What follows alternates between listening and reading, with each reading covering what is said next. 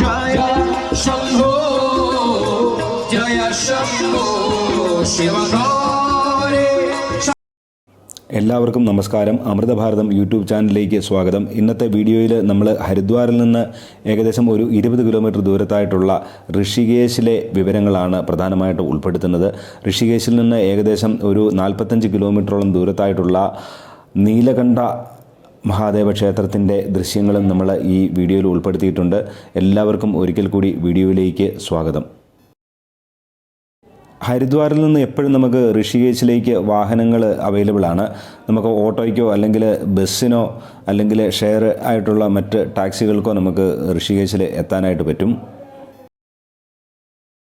ഇത് ഋഷികേശിലെ ലക്ഷ്മൺ ഝൂലയാണ്. ഇതുപോലെ വേറെ 2 പാലങ്ങളും കൂടെയുണ്ട്, ജാനകി ഝൂലയും രാം ഝൂലയും. ഈ 3 പാലങ്ങളും തമ്മിൽ വെറും 1 കിലോമീറ്ററിൻ്റെ ദൂരമേ ഉള്ളൂ. ഇത് ഋഷികേശിലെ വളരെ പ്രധാനപ്പെട്ട ഒരു 3 പാലങ്ങളാണ്.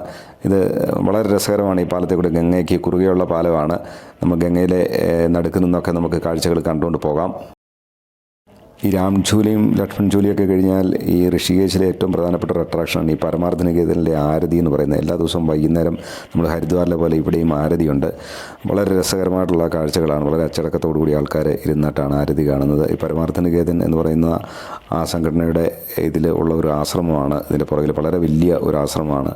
വളരെ ഋഷികേശിലെ ഒരിക്കലും മറക്കാതെ എല്ലാവരും കാണേണ്ട ഒരു കാഴ്ചയാണ് പരമാർത്ഥ നികേതനിലെ ആരതി. പരമാർത്ഥ നികേതൻ്റെ പുറകിലായിട്ടുള്ള ഈ പ്രതിമ നമ്മളെല്ലാം കണ്ടിട്ടുണ്ടാകും. നമ്മൾ പ്രളയത്തിൻ്റെ സമയത്ത് ഈ പ്രതിമയുടെ ഇതുവഴി വെള്ളം ഒഴുകുന്നത് നമ്മളെല്ലാം കണ്ടിട്ടുണ്ടായിരിക്കും. അത് മീഡിയയിലെല്ലാം നമ്മൾ കണ്ടിട്ടുള്ളതാണ്. ശിവൻ്റെ പ്രതിമയും ഇവിടുത്തെ വളരെ പ്രധാനപ്പെട്ട ഒരു അട്രാക്ഷനാണ്.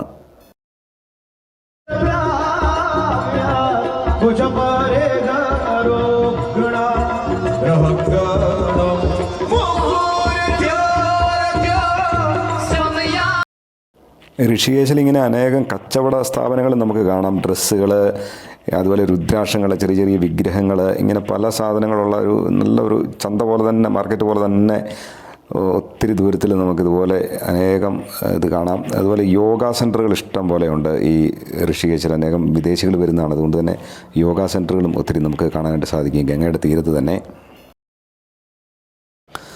അങ്ങനെ നമ്മൾ ഋഷികേശിലെ കാഴ്ചകളൊക്കെ കഴിഞ്ഞിട്ട് ഋഷികേശിൽ നിന്ന് ഏകദേശം ഒരു 40-45 കിലോമീറ്റർ ദൂരമായിട്ടുള്ള നീലകണ്ഠ ക്ഷേത്രത്തിൻ്റെ സമീപത്തെത്തിയിരിക്കുകയാണ്. ഋഷികേശിലെത്തുന്ന ഇതുവരെല്ലാവരും തന്നെ ഇവിടെ എത്താറില്ല. വളരെ കുറച്ച് ആൾക്കാർ മാത്രമേ ഈ നീലകണ്ഠ ക്ഷേത്രത്തിൽ എത്താറുള്ളൂ. ഋഷികേശിൽ നമ്മൾ ഈ രാം ഝൂലയ്ക്ക് അടുത്ത് നിന്നാണ് ഇങ്ങോട്ടുള്ള വണ്ടികൾ കിട്ടുന്നത്.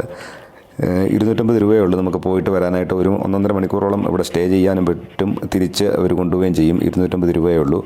അപ്പം ഋഷികേശിലെത്തുന്നവർ ഇങ്ങോട്ട് വരാനായിട്ട് പ്ലാനിങ് ഉണ്ടെങ്കിൽ രാവിലെ ആദ്യം തന്നെ ഈ നീലകണ്ഠ ക്ഷേത്രത്തിലോട്ട് വന്നതിന് ശേഷം ഉച്ച കഴിഞ്ഞിട്ട് പിന്നെ ഋഷികേശിലെ കാഴ്ചകൾ കാണാനായിട്ട് നിൽക്കുന്നതായിരിക്കും നല്ലത്.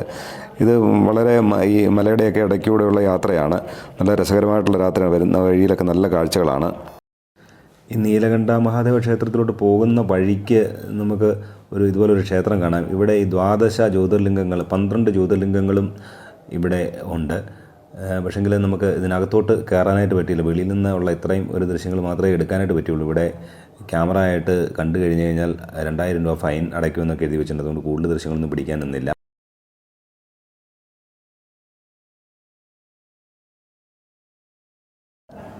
അങ്ങനെ നമ്മൾ നീലകണ്ഠ മഹാദേവ ക്ഷേത്രത്തിന് സമീപം എത്തിയിരിക്കുകയാണ്.